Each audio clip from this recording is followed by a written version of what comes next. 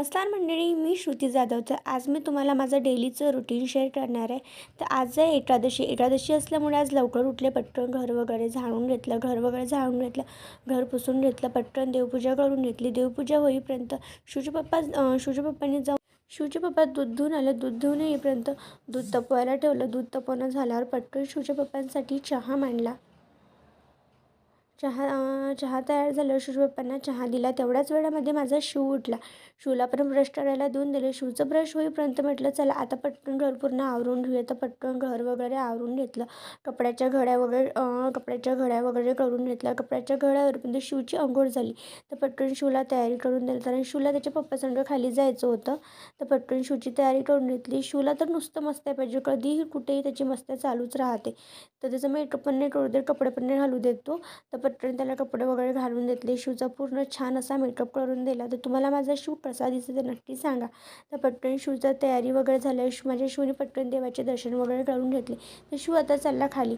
तर आज एकादशी असल्यामुळे पटकन मी माझ्यासाठी साबुदाणा भिजू घातला आणि शिवच्या पप्पासाठी वरण भात वगैरे लावून घेतला. पटकन कुकरमध्ये वरण भात लावून घेतलं. वरण झाल्यावर आज बनवून घर वगैरे पुसून घेतलं. तर शिवच्या पप्पांना आणि शिवला दाल फ्राय तर खूपच आवडते. तर त्यांच्यासाठी आज मी मस्त अशी दाल फ्राय बनवली. तुम्हाला एक टिप सांगते, जर आपल्याला कांदा आणि टोमॅटो लवकर व्हायचा असेल तर त्याच्यावर थोडं मीठ घालावं. त्यामुळे आपण जे टमाटर आणि कांदा वगैरे टाकतो ते लवकर शिजून येतं मिठामुळे. तर पटकन हे करून घेतलं. तर दाल फ्रायमध्ये टाकायला पाहिजे होती कोथिंबीर. तर पटकन टेरेसवर गेले आणि कोथिंबीर घेऊन आले. अशी मी छान दाल फ्राय केली आणि दाल फ्राय करून झाल्यानंतर धुवायचे होते कपडे. तर पटकन कपडे वगैरे धुवून घेतले, पूर्ण झाडून घेतलं. माझ्या झाडांना पाणी वगैरे टाकलं. तुम्ही बघू शकता माझ्या झाडात किती छान असे आलू आलेले आहेत. गुलाब, चाफा, पानाचा वेल हे मी आणलं होतं गुरुमंदिरामधून. हे बघा माझ्याजवळ कमळाचं सुद्धा झाड आहे.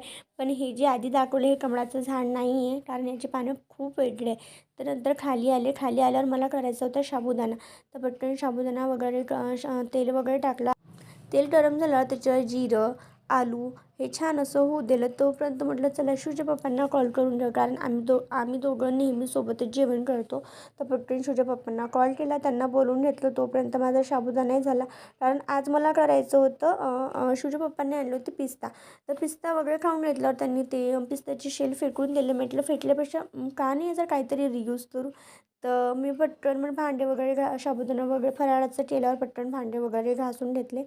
आणि तुम्ही बघू शकता मी बनवले पिस्त्याच्या शेलपासून असे छान फुलं. जर तुम्हाला याचा पूर्ण व्हिडिओ हवा असेल तर याचा पूर्ण व्हिडिओ माझ्या यूट्यूब चॅनलला दिलेला आहे.